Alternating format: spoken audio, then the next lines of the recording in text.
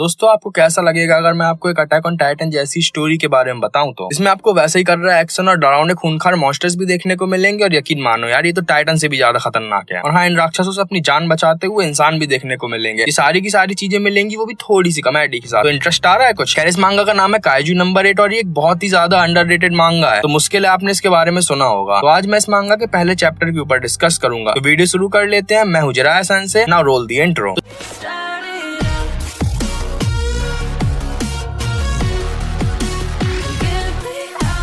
Chapter की शुरुआती Yokohama शहर पर एक बहुत बड़े काइजू के हमले से होती है और ये जो काइजू है पूरे के पूरे शहर को तबाह कर देता है। यहीं पर हमें ये भी पता चलता है कि जो जापान है उसे काइजू कंट्री कहा जाने लगा क्योंकि उन्हीं के यहाँ से सारी की सारी दुनिया काइजू के हमले झेल रही है। काइजू ने पूरे के पूरे शहर को तो तबाह कर दिया होता है पर किसी की भी मौत नहीं हुई होती क्योंकि शहर को पहले ही खाली कर लिया गया था। अगला पैनल भी बिल्कुल धमाके के साथ शुरू होता है जहाँ पर एक लड़की एक वार में ही पूरे के पूरे काइजू को मार देती है। वो स्त्री है भैया, वो कुछ भी कर सकती है, यकीन मानो। इसका ये बहादुरी का कारनामा अपना प्रोटैगनिस्ट हिबिरो काफका आंखें फाड़ कर दूर से देख रहा होता है, वो ही बहुत ज्यादा आश्चर्य के साथ। अब काइजू की मरने की खबर सब तक पहुंच जाती है और इस बात की अनाउंसमेंट भी कर दी जाती है कि इसके मरने के बाद अब यहाँ पर सुनामी का कोई भी खतरा नहीं है। अब इधर हिबिनो काफका और उसके जितने भी साथी होते हैं अनाउंसमेंट सुनने के बाद तो उनके गोटे ही सूख जाते हैं क्योंकि अब उन्हें इतने बड़े काइजू की लाश को साफ करना पड़ेगा। अब हमें अगले पैनल में देखने को मिलता है कि लोग तालियों के साथ स्वागत कर रहे हैं उस लड़की का जिसने काइजू को मारा था और वो डिफेंस कोर के 3rd डिवीजन की मेंबर होती है। अब यहाँ पर अनाउंसमेंट कर दी जाती है कि जो काइजू है वो भले ही मर गया और अभी खतरा टला नहीं है। जो ऑक्सिलरी काइजू उसका दूर दूर तक कोई ही पता नहीं है। ओके, तो मैं ऑक्सिलरी काइजू के बारे में बता देता हूँ। ये वो वाले काइजू रहते हैं जो कि मेन काइजू के साथ रहते हैं या फिर उसके बनाए हुए रास्ते में बाद में आ जाते हैं। अगर काइजूस के बारे में एक सेपरेट वीडियो चाहिए जहाँ पे मैं काइजूस के बारे में थोड़ा इन डेप्थ में बता दूं तो नीचे कमेंट में यार रिक्वेस्ट कर लेना। अगर बहुत ज्यादा रिक्वेस्ट आई तो मैं एक अलग वीडियो बना दूंगा। अब अगले पैनल की शुरुआत होती है हिबिनो काफका के काइजू के गोटे काटने की नाकामयाब कोशिश से, जहाँ पर वो अपने साथी से हीट चेनसॉ मांगता है क्योंकि काइजू का शरीर जो होता है वो नॉर्मल चेनसॉ से नहीं कट रहा होता। तभी उसका जो साथी होता है वो काइजू का गोटा जमीन में दे मारता है जिससे वो गोटा ही फूट जाता है और उसके गोटे के चिथड़ों से वो बंदा घायल ही हो जाता है। अब उस बंदे को तो स्ट्रेचर पे भेज दिया जाता है पर जो हिबिनो काफका होता है वो फिलोसोफर का 14 बन जाता है। काइजू को मारने वाले होते हैं वो ये सोच रहा होता है कि जो काइजू को मारने वाले होते हैं वो तो काइजू को मार के सारी वाह लूट के वहां से चले जाते हैं और उनकी फैलाई हुई गंदगी को हमें साफ करना पड़ता है। अब जो हिबिनो काफका होता है वो काइजू का साज देखता है और इस बात को हजम ही नहीं कर पा रहा होता कि उन्हें इस पूरे के पूरे काइजू को एक हफ्ते में ही साफ करना है,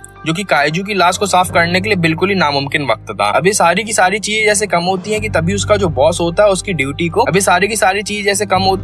उसका बॉस उसकी आंतों की सफाई की ड्यूटी लगा देता है। अब उसकी गांड पहले से ही फट रही होती है आंतों के बारे में सोच कर और यहाँ पर दो लोग आपस में खुसर पुसर करने लगते हैं उसकी गांड और भी ज्यादा फाड़ने के लिए। वो आपस में ये बात कर रहे होते हैं कि काइजू की आंत में भला क्या कुछ नहीं मिल सकता। अब बेचारा अपना हिबिनो काफका जैसे तैसे अपनी उल्टी को काबू करते हुए काम पे लग जाता है। अब जैसे तैसे काम खत्म करके हिबिनो काफका अपनी गांड और अपनी नाक दोनों को सड़वा कर अपने बिस्तर में लेट कर अब आराम कर रहा होता है कि तभी ये भोसड़ी के गोदी मीडिया वाले टीवी पर आज ही के काइजू की खबर चला देते हैं जहाँ पर डिफेंस कोर की 3rd डिवीजन के कारनामे की बात चल रही होती है और जिस लड़की ने उस काइजू को मारा होता है 3rd डिवीजन की कैप्टन अशीरो मीना उसकी तारीफ चल रही होती है। अब यहाँ पर हमें पता चलता है कि ये कमसन कली सिर्फ 27 साल की है और इतनी सी उम्र में इसने 100 से ज्यादा काइजू मार दिए हैं और इसी वजह से उसको कमांडर भी बनाया जा सकता है। अब अशीरो मीना को देखकर हिबिनो काफका को बचपन की याद आ जाती है जहाँ दोनों पहले दोस्त थे और एक साथ काइजू को मारने का वादा किए थे एक दूसरे से और उन दिनों को याद कर हिबिनो काफका काफी भावुक हो जाता है और वो खुद को मना लेता है ये सोचकर कि उसका भी काम कोई कम जरूरी थोड़ी है। जितने पैसे उसे मिल रहे हैं उतने में वो एक घर अफोर्ड कर पा रहा है और मनपसंद खाना खा रहा है। अब भला किसी व्यक्ति को इससे ज्यादा और क्या चाहिए? भले काम घर और खाना तीनों ही झटुए हो, क्या फर्क पड़ रहा। अब अगले दिन वो अपने प्रोफेशनल मॉन्स्टर क्लीन कोर के डिपार्टमेंट में जाता है जहाँ पर उसका बॉस उसे 18 साल के इचिकावा रेनो से मिलवाता है जहाँ पर वो पार्ट टाइम काम करने आया था और उसे डिफेंस कोर ज्वाइन करना था और पता नहीं क्यों मुझे ये बंदा बिल्कुल हेंताई प्रोटैगनिस्ट लग रहा है। बॉस मजाक करते हुए हिबिनो काफका को इंट्रोड्यूस करवाता है क्योंकि वो भी पहले पार्ट टाइमर की तरह आया था और अब वो वहाँ पर फुल टाइमर बन गया हो। तो इचिकावा रेनो हिबिनो काफका से पहला सवाल ही दिल को चीर लेने वाला पूछ देता है कि भला उसने अपने डिफेंस कॉर्प्स को ज्वाइन करने वाला फैसला गिव अप क्यों कर दिया। अब जो हिबिनो काफका होता है वो बात बनाने की कोशिश तो कर रहा होता है कि तभी इचिकावा रेनो बोल देता है कि मैं तो कभी भी हार नहीं मानूंगा। इचिकावा रेनो अपने कपड़े बदलने चला जाता और हिबिनो काफका अफसोस करता हुआ रह जाता, उसकी गांड भाई बहुत जल रही हो। अब सब लोग काम पे पहुंचते हैं और इचिकावा रेनो और हिबिनो काफका को फिर से आंतों की सफाई की ड्यूटी मिलती है। दोनों लंच करने के लिए बैठते हैं अपने काम को खत्म करके पर जो इचिकावा रीनो होता है बदबू की वजह से उसका दिमाग बहुत ज्यादा खराब हो गया होता है और वो कुछ भी नहीं खा पा रहा होता। तो हिबिनो काफका उसे खाने के लिए बोलता है क्योंकि जब दोबारा से वो काम पे लौटेंगे तो उसे ताकत की जरूरत होगी, लेकिन इचिकावा रीनो कुछ खा नहीं पा रहा होता है। तो हिबिनो काफका उसको कुछ पीने को देता है और साथ ही साथ नाक बंद करने के लिए रुई भी देता है। अब लंच टाइम ओवर हो जाता है और ये लोग फिर से काम पे चले। अब अगले पैनल में हमें दिखाया जाता है कि सब लोग अपना अपना काम खत्म करके जा रहे होते। हालांकि इचिकावा रीनो वहीं पर रुक जाता है और जाने से पहले हिबिनो काफका को बोलता है शुक्रिया सेनपाई, और वो वहाँ से जाने लगता है और जाते जाते उसे ये भी बता देता है कि डिफेंस को ज्वाइन करने की उम्र अब बढ़ गई है क्योंकि लोगों का बर्थ रेट बहुत ज्यादा गिर गया है। हिबिनो काफका भी ये बात सुनकर हिबिनो काफका काफी खुश हो जाता है और उससे बोलता है कि तुम उतने भी बुरे नहीं हो जितना तुम दिखाते हो। तो इचिकावा रीनो इस बात को सुनकर काफी ज्यादा इरिटेट हो जाता है, टिपिकल एनिमे वाली स्टाइल, और फिर उसकी ओर चिल्लाते हुए बढ़ता है कि तभी एकदम से ऑक्सिलरी काइजू वहाँ पर आ जाता है और उस पर हमला कर देता है। और जो हिबिनो काफका होता है वो इचिकावा रीनो को जैसे तैसे साइड से धक्का देकर बचा लेता है। हिबिनो काफका उसे वहाँ से जाने को बोलता है और उसे रिपोर्ट बनाने को बोलता है, पर इचिकावा रीनो वहाँ से जाने को मना कर देता है। तो हिबिनो काफका उसे डिफेंस कोर को ज्वाइन करने का सपना याद दिलाता है। तो इचिकावा रीनो होता है वहाँ से चला जाता है। अब हिबिनो काफका अकेले बच रहा होता है, हालांकि उसकी बहुत ज्यादा गांड फट रही होती है।